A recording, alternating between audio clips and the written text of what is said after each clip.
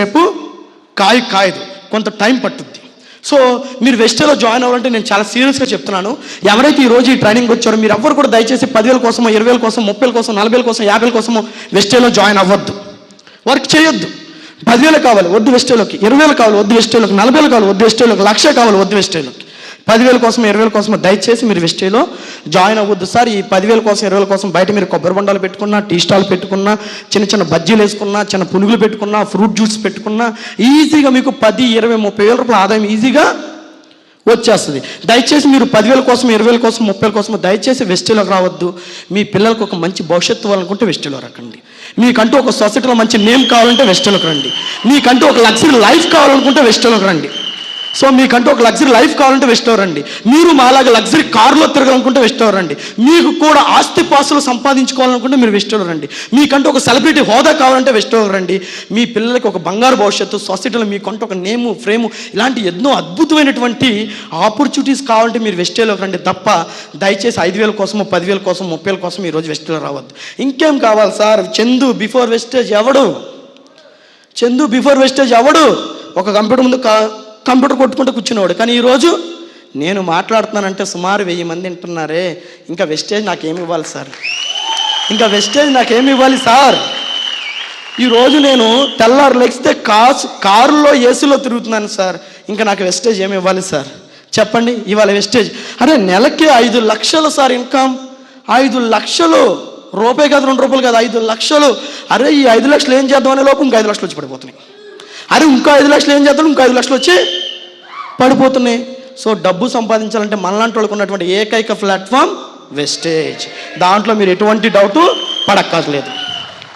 So commitment and dedication it is a very very important. Without commitment you will never start with win. ఇక్కడ చూడండి, should believe sorry. So when you want to sorry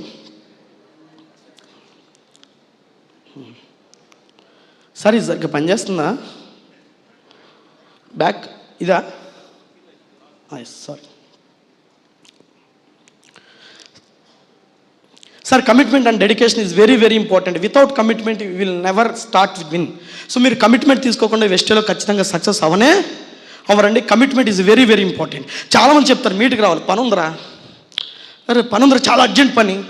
simple మిమ్మల్ని అందరూ ఒకే ఒక question అడుగుతున్నాను sir. ఈరోజు నాకు కాలేజీలో exam ఉంది, ఇంట్లో ఫంక్షన్ ఉంది, మీరు కాలేజీకి వెళ్తారా? సారీ, కాలేజ్ ఉంది, నేను చదువుకుంటున్నాను, కాలేజ్ ఉంది, ఎగ్జామ్ ఉంది.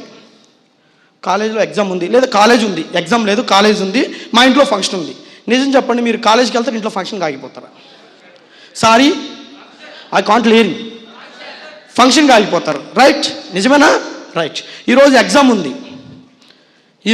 ఉంది కాలేజీలో, ఫంక్షన్ ఉంది, ఫంక్షన్కి వెళ్తారా, ఎగ్జామ్కి ఆగిపోతారా? సారీ, అదేంటి ఇప్పుడు దాకా ఫంక్షన్ అని ఇంపార్టెన్స్ ఇచ్చారు కదా దానికి, ఇప్పుడు ఏంటి మళ్ళీ అన్నీ ఫంక్షన్ అన్నారేంటి?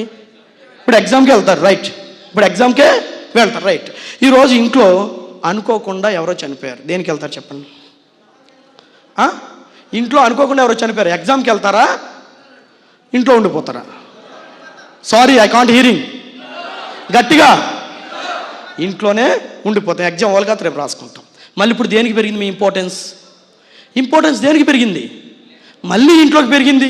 ఓకే రైట్, ఆ రోజు నాకు ఐఏఎస్ ఆఫీసర్ ఎగ్జామ్, మా ఇంట్లో మా బామ్మ చనిపోయింది, మీరు దేనికి వెళ్తారు? Sorry I can't hearing. అది మళ్ళీ అంటే ఎగ్జామ్ మారిపోయింది. సో ఇక్కడ వెస్టేజ్ చెయ్యాలా వద్దా అనేది ఇక్కడే ఉంది. మీరు దేనికి ఇంపార్టెన్స్ ఇస్తున్నారు ఇక్కడే ఉంది. మీకు వాళ్ళు మీటింగ్ ఇంపార్టెంటా, ఎన్ని అడ్డం వచ్చినా వచ్చేస్తారు. మీటింగ్ ఇంపార్టెంటా, ఎన్ని అడ్డం వచ్చినా వచ్చేస్తారు. మీటింగ్ ఇంపార్టెంట్ కాదా, అన్నీ అడ్డంకులే. మీటింగ్ ఇంపార్టెంట్ కాదా, అన్నీ అడ్డంకులే. నేను వచ్చేటప్పుడు నా కారు యాక్సిడెంట్ అయింది. వచ్చేటప్పుడు నా కారు లారీ వాడు కొట్టేశాడు సైడ్ అంతా, నిద్రపోయి. ఆడు మా ఇద్దరు గొడవ పెట్టుకుంటాడు మాతో, దామ్ డూమ్ డిష్ ఎంత అవుద్ది, 25,000 అవుద్ది అని చెప్పాడు. నేను 2,000 ఇస్తా అన్నాడు. అరే 25,000 కారికి 2,000 ఓడి అంటారు నాయన అన్నాం. సార్ ఆడి నిద్రపోయి గుద్దేశాడు. 25,000 కారికి 2,000 ఓడి అంటారు నాయన అన్నాను. సార్ 2,000 ఇస్తాను సార్, అంతకని ఎక్కువ లేదు సార్ అన్నాడు. సో నాకు టైం అయిపోతుంది, మీటింగ్ ఇంపార్టెంట్. సరే ఎంత కొంటున్నాను అని 6,000 ఇచ్చారు, తీసుకుని వచ్చేసా. నాకు అక్కడ ఇంపార్టెంట్ మీటింగ్. ఆడితో 10,000 ఇస్తాడు మహా అయితే. నాకు అక్కడ ఒక మీటింగ్ మిస్ అయితే ఒక క్యాండిడేట్ మిస్ అయిపోతాడు. ఆ క్యాండిడేట్కి దీని గురించి బాగా అర్థమయ్యేలా చెప్తే, ఆడు ఇన్వాల్వ్ అయితే లక్షల ఆదాయం సంపాదిస్తాడు జీవితాంతం నా కోసం. లక్షల ఆదాయం సంపాదిస్తాడు.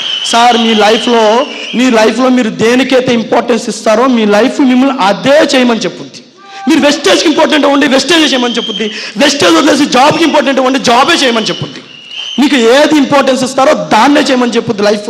మీ లైఫ్లో మీకు ఇంపార్టెన్స్ వెస్టేజ్కి ఇవ్వండి, ఖచ్చితంగా సక్సెస్ అవుతారు.